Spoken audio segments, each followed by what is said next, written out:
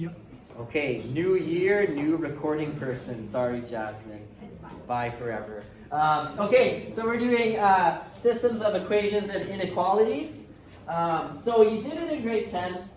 So we'll start off with some examples from grade 10. But you learned two methods to use. One of them was the substitution method.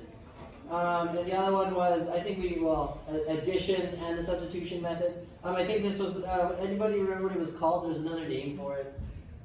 Like removal or subtraction or something like that. I can't remember. It doesn't matter. In grade 11, we leave you alone.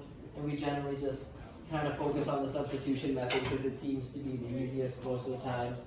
But let's go back to grade 10. And which algebraic strategies would you use to solve these linear equations? So there's two systems. We'll just look at A first. So we'll look at the left-hand side first. What might you guys have done for, say, A? So when we have solved for y, Yeah, like generally, like the steps, if you want to review those, like the steps are generally, solve one equation for a variable. I'm going to go ahead and make this a little tinier. That's probably better. And then sub into other equation for that variable. Solve.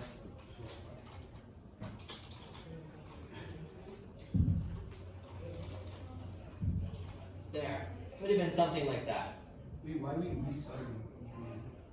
I'll show you an example. So if you don't quite remember why, you'll see it. But basically, like for A, you already have this solved for y. So that would be step one. It's already done for you. This is solved for y. Then you're going to go to your second equation. Wherever you see a y, you're going to substitute this in so that you get just one variable. And then when you solve that equation, well, you'll have x equals something. Right? But you need to know, well, what's y? So that's why you go back to the original equation and substitute in for x. Yeah. Right? And then you get a coordinate. And what does that coordinate mean? Anybody remember? Isn't that like XY. It's an xy coordinate, which represents the point Axis. intersection. Yeah. So it represents where those two lines intersect. Yeah. And that was the algebraic way of doing it. Okay? So we will go ahead and do A. Like I said, in the new year, my marker has stopped working and the charger's disappeared, so we're going to go back to just old school markers. It's almost like I planned this, like the 1920s dress, the old school markers. I should have just brought a chalkboard. And then not been posting this to YouTube, Here we go. So I'm going to call this equation 1. I'm going to call this equation 2. And we're going to sub. And likely I'm only going to do this one for review. Because there's some chatter and stuff, and I don't understand why, but because this is typically a unit where it just goes sideways really fast. So maybe it'd be a good idea to review it. So wherever I see a y, I know that y is equal to this. So it's equal to 4x minus 4. So I'm going to substitute that in. And there we go. And now I've managed to make my second equation have just one variable, which is great. Gym class is doing well next door.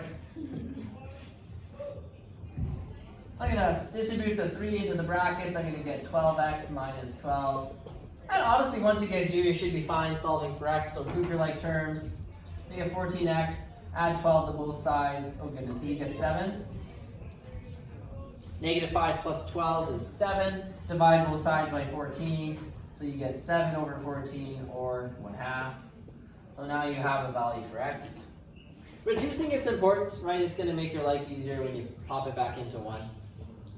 So now I'm going to re-sub into 1. So I'm just going to write re-sub into 1. So just right here, I'm going to write, well, the first equation is y equals 4x minus 4. So that's going to be 4 times 1/2. Subtract 4. 4 times 1/2 is 2. Subtract 4 is negative 2. There it is. So the intersection. It's called an intercept or Intersection, yeah. The intersection point, which is your solution, is 1/2 for x, comma, negative 2 for y. if you wanted to verify it, you would have to go plug this into both equations and make sure that it satisfies both equations. Generally, when you do it algebraically, you just trust that you did everything right. But yeah, that is how you would verify. I'm not going to spend any time doing number 2. But I believe that we'll feel like we vaguely remember now. We're doing exactly the same thing now, just with lines and parabolas. So what happens is your equations are a bit messier. You might get more than one answer, right? Because when you have a squared, I think we'll go over it right away with some pictures. Yeah, okay. So everybody's good for that? Yep. Oh yeah, I have to erase the board, sorry, because it's 2020. Okay, let me just use the mouse. I apologize for this. Okay, so this was back in grade 10. If you had a situation where your 2 lines are parallel, how many solutions did you have? 0 solutions. If you want to write parallel lines, that might be good. So the 2 lines are crossing, that's 1 solution. That's sort of like an example of what we just saw. And then this one, I don't know if you can tell, you can sort of see the green and the black overlapping. This is infinite. This is infinite solutions. So that's back in grade 10. Here's what we are looking at now in grade 11. So just a blurb up here saying, hey, it's an ordered pair, right, or an xy coordinate, or it already has an xy coordinate, that satisfies both equations in the system. There might be 0, 1, or 2 solutions. So you might want to add the title, like, linear quadratic systems. What color should we use in the new year? Purple. Oh, How about the color of sadness? yeah. I was gonna say red. This class. I follow this Twitter person who posts kind of funny but somewhat depressing things, and one of them a few days ago was like, I woke up today and I was still me, or something. At least you. I remember thinking of well, that's probably a good thing. There's a lot of things to be thankful for. You're not schizophrenic. That's good. At least the voices in my head. Yeah. The voices in my head have been good today. Just post that to Twitter. Okay, so let's take a look. We got no solutions on the far left, right? So the parabola and the line might never touch. There'd be no solutions. They might touch in just exactly one spot, so it's hard to see. It looks like it's touching in a bunch, but there's one solution. And then you can have 2 solutions.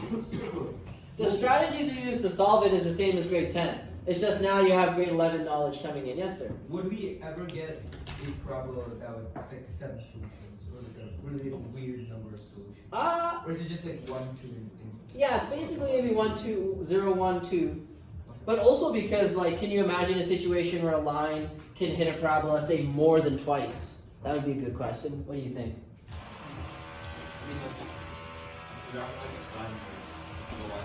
No, but a parabola, no, I'm saying a parabola and a line. Yeah, would they ever hit more than twice? And the answer, if you think of, it's not really a proof, but if you think about it, it's it doesn't seem like that would be possible. What do you guys think? what about 2 parabolas though? Yeah, 2 parabolas, you could get more. Yeah, we went over that before. Yeah. So And we will be looking at that. Yeah, just not today. We'll just keep it simple today. So, here it is. Yes, sir. Absolute value brackets if you have a line That could happen, yeah. Yeah. But I was asking a more specific question. But here we go. Example 1. There's really not a lot else. We know the theory. We just have to try some questions to see, what can possibly happen to us. So again, I'm just going to remind you of the steps. These steps here are very much the steps that you're going to use all the time. So I might make them a little smaller. I might put them in, say, red. And I'm just going to copy and paste them into the slide we're in. I don't think you need to recopy them or anything. Okay, that didn't work. Let me try one more time. I used the hotkeys, but it didn't. There we go.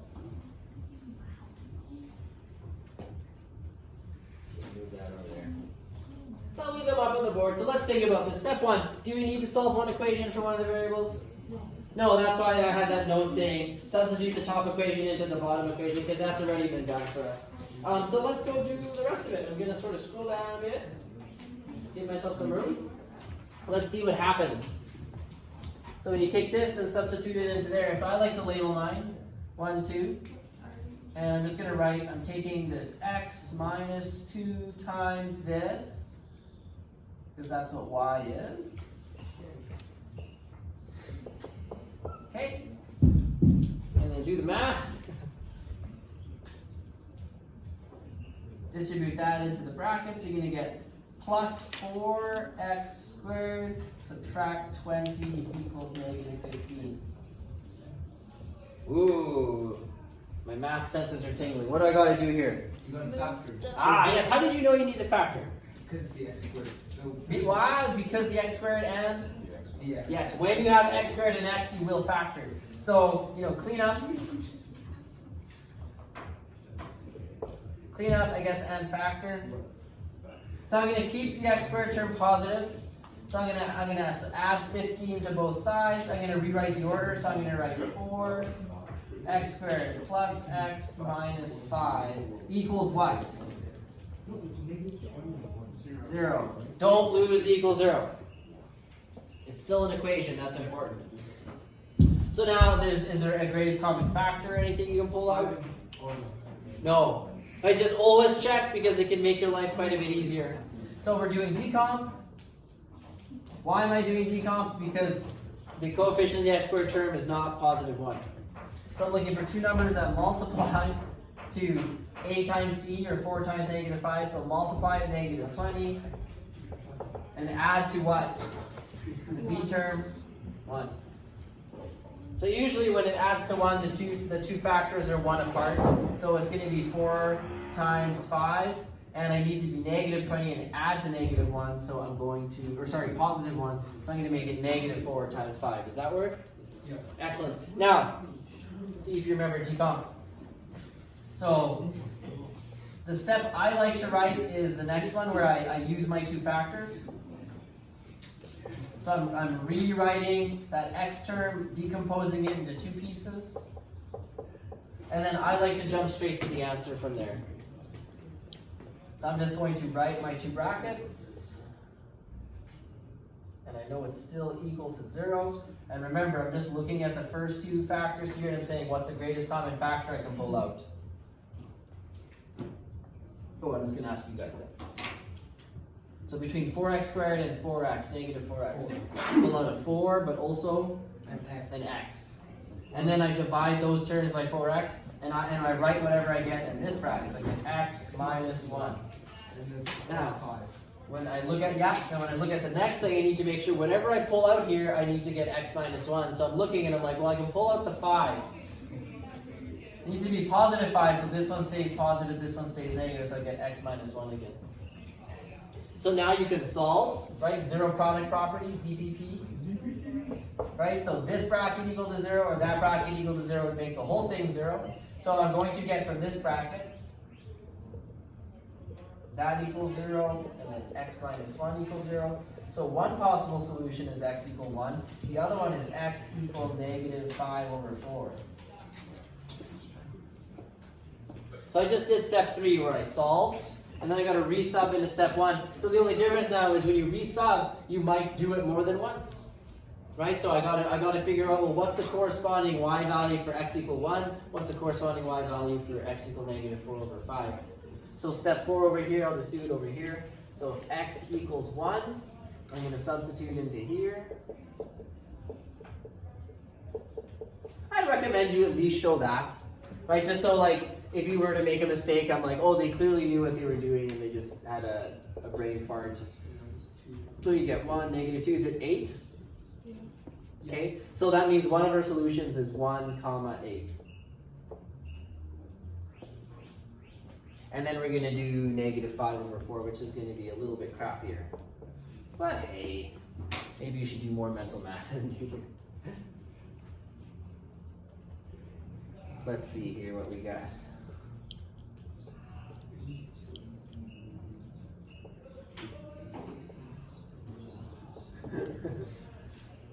So I'm just laughing at the gym people. So let's see, I'm going to get 25 over 16, because it's squared. It's going to be positive, and I'm going to times it by -2. And obviously I can just sort of cross reduce. So that's divisible by 2, that's divisible by 2. So I'm going to get -25 over 8. And then it's plus 10, but I need to get a common denominator, so I'm going to go 80 over 8, right? I just multiply this by 8 over 8. And then at the end of the day, what do I get? 60, 55? 55 over 8? I think I did it right. Yep. Yes? Okay, so then when x is -5 over 4, my y value is 55 over 8. And you can leave your answer like that.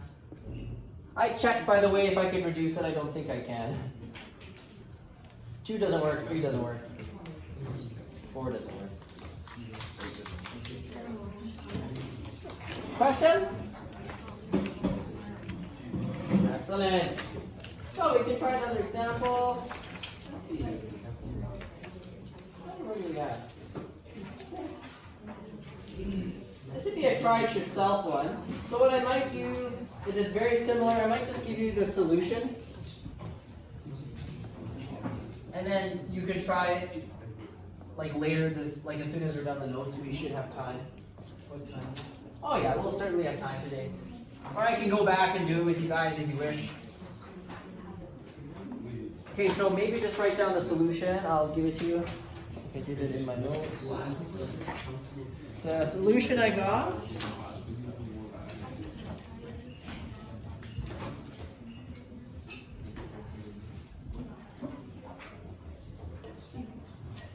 What is going on? Okay, there's 2 solutions.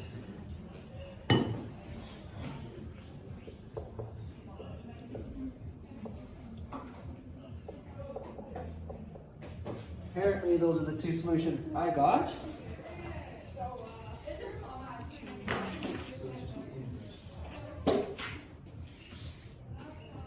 And then yeah, we'll do some more right away. Everybody got that?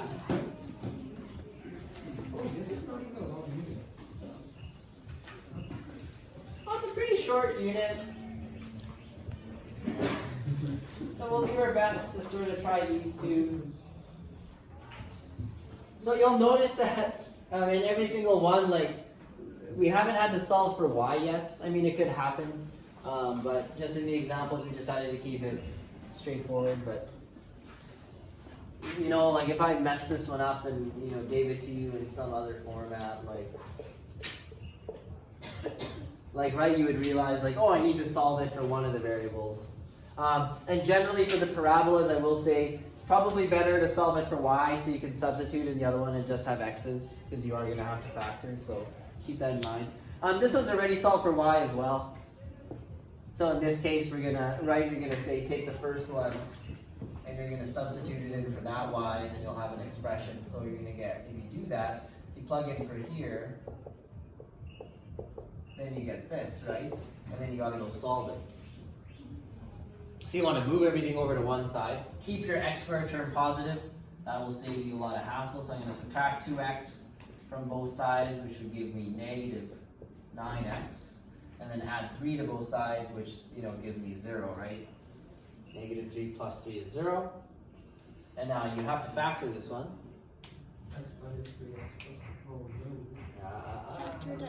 What did you always check for? This common x. Yeah, your greatest common factor. I heard some of you guys saying it, so it's like, well, this has an x squared, that has an x. So that means I can pull out an x. And then by doing that, you've actually factored it as well. Always pull out the greatest common factor. Now let's see if you guys remember the zero product property. Does this x matter? Yes. Yeah, because if x were 0, 0 times anything is 0.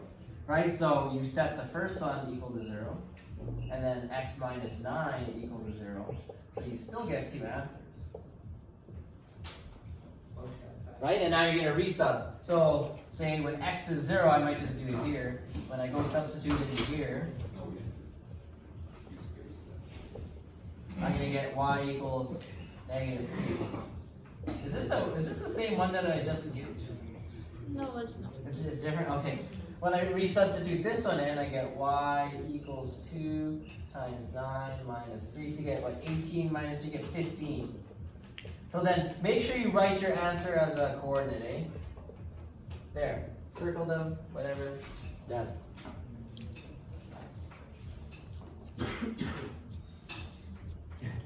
Remember, I make this look pretty easy, but you're going to want to do the homework.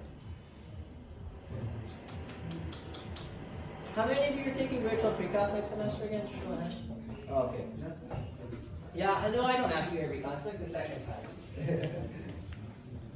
Maybe take a moment to get a head start on that one. See if you can, if you're not confident enough to try it on your own, and I'll get started in 20 seconds. Quiet!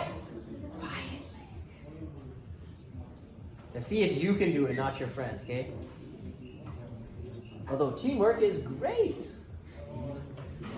Yeah, actually, for all my hardest courses, studying with other people was a real godsend. It was really helped me out. Biology was the only course I never had to study with other people. What? Talking to me? Talking to me, boy? Huh? Okay, I'm gonna get started. So if you're stuck, I'm going to substitute the y in here. So you're going to get 2. Guys, I am instructing. I watched Mr. Hartle's lecture and just died laughing. Do you think anybody noticed that randomly in the middle of my YouTube channel it turns into like this old dude? That's mostly what was making me laugh. Okay, so I'm going to subtract 10x from both sides. So I'm going to sort of write x squared. There is no x term over here, so I'm just going to get negative 10x. Then I'm going to add 30 to both sides. So on this side I get 0. Now negative 6 plus 30 is positive 24. Ah! Finally, just one of those a equal 1 type questions. So we know it's going to look like this. Did anybody get, what are my two numbers? You got to multiply 24, add to negative 10. Perfect, so that would multiply to positive 24 and add to negative 10. So we use the zero product property. You don't have to write this. Right, I'm just being very thorough. You get x equals 6 and x equals 4. And then you have to resubstitute in to here. So you're going to get y equals 5 times 6 minus 15. That's 5 times 6, 30, minus 15, 15. So final answer, 6, comma, 15. Here,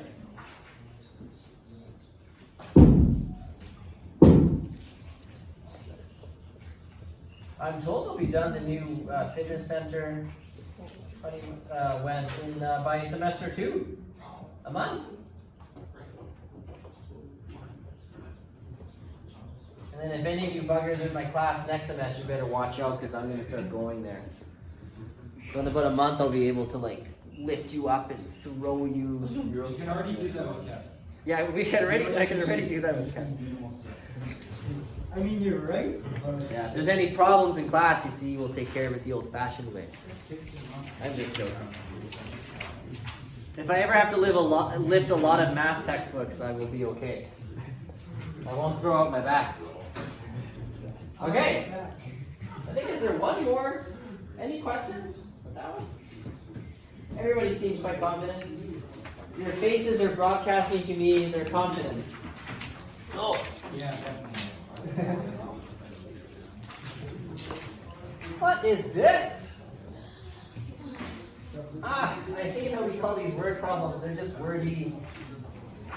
They're wordy problems. You guys are gonna love this. This comes up all the time. It's your favorite question. I know. Okay, so sometimes they just give you some English and you gotta construct the system.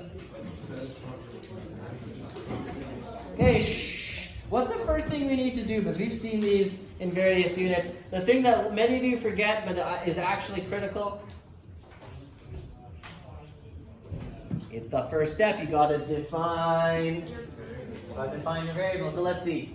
Two numbers are written this way. 2 times the first number, blah, blah, blah, blah, blah, blah, blah. So you have to do something like let, x be the first number.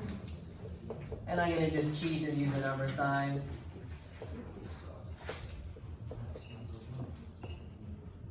Now, if you don't do that, then you don't really have a framework in which to interpret the words, right? So like now when it says the first number, I'm like, oh, well, that's x.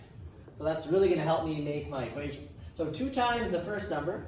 So I'm going to start doing that. So part A says create a system. So I guess I'm doing part A. So 2 times x, subtract 5. So 2 times x, subtract 5. Be careful because sometimes they give it to you in the opposite order. Then you have to erase it or write it. Is equal to the second number. So that equals y. And then the sum of the second number and the square of the first is 115. So the sum, so as in adding, so the sum of the second number, which is y, and the square of the first. So what does that mean? I take x squared, and then equals 115. There. So I've constructed my system. And then of course they say solve it. Well, it says solve the system to determine the numbers. I could easily just say determine the numbers, right? And I hope that doesn't confuse anybody, but that would mean, oh, I need to solve this system. Are we ready? Okay, so this is solved for y. So I'm going to go over here and substitute it in for y right here. And I'm going to rewrite it over here. I'm going to scroll. Can I scroll? I just want some extra room. So I'm just going to scroll. This is all messy. Okay. I'm going to erase this as well. It's gone now. Here we go. So just so I have lots of room to work. So substituting in for this y, I'm going to have 2x minus 5. And then it says plus x squared equals 115. So it looks like I'm going to have to factor because I got the square term and the x. I'm just going to subtract 115 from both sides and rewrite this. So I'm going to get x squared plus 2x. Now I'm subtracting 115, right? So this is already negative, so I get negative 120 equals 0. Okay. Then I check and see if there's any greatest common factors. Like I would love to divide by 2, but that doesn't have a 2 in it or something. So I just have to factor. So a is equal to 1, so it's going to look like this. So 2 numbers that multiply to negative 120 but add to 2. Yeah, so I start with 1 and then you might go 2 and 60, like 3 and 40. But like eventually, like you might also just, if you see something like 12 and 10 seem promising, right? Because that's 120 and then you just got to get them to add to 2. It needs to be negative 120, so maybe negative 10. How's that sound? But if you're not very good at sort of seeing it, you might just work your way down the list. That's fine. So negative 10 plus 12. And I always double check and just make sure they multiply and that they add properly. And if they do, I'm going to solve. So zero product property. So we get x equals 10. Alright. And then I'm going to resubstitute into this equation. Okay. So I'm going to get 2 times 10 minus 5 equals y. So that's 20 minus 5, that's 15. So I'm just going to write my solution right now. One possible answer is, first number could be 10, second number. So if you gave me your answer as a coordinate, I'd be like, why? Because you got to interpret it in the context of the question. Right, so like, yeah, that's where these two things intersect, but it says, well, what are the numbers? So, well, the first number could be 10 and the other one could be 15. That would work. And then over here on this side, I'm going to go again, plug it into here. So x is negative 12 this time.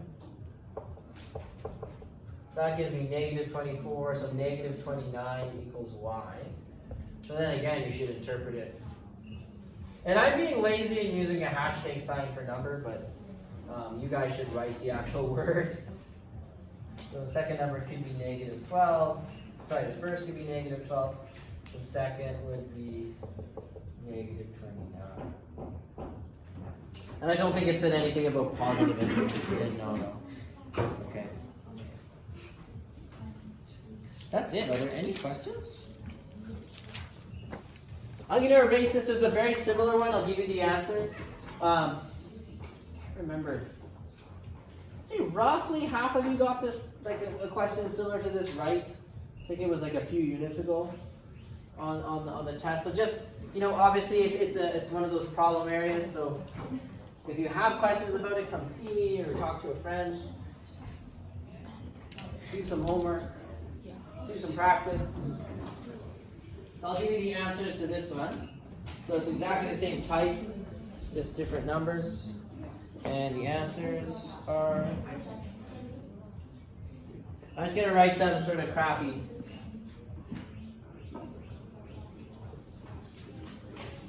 So 11 and 4, and then I also got... Oh no, wait. Yeah, 4 and 11, negative 3 and 4. Okay. Questions? That's the end. Oh, can someone confirm for me? There may be a mistake here. Is it exercise 51 or exercise 50? Can you check? 51. It is 51? Oh, wait, no. Oh, no, I mean, like, can you actually go check? In my notes, I checked. Yeah, I think you guys are misunderstanding me. Like, can you check the actual exercise book? Like, make sure that it says, lesson 1. Okay. Thanks for joining us.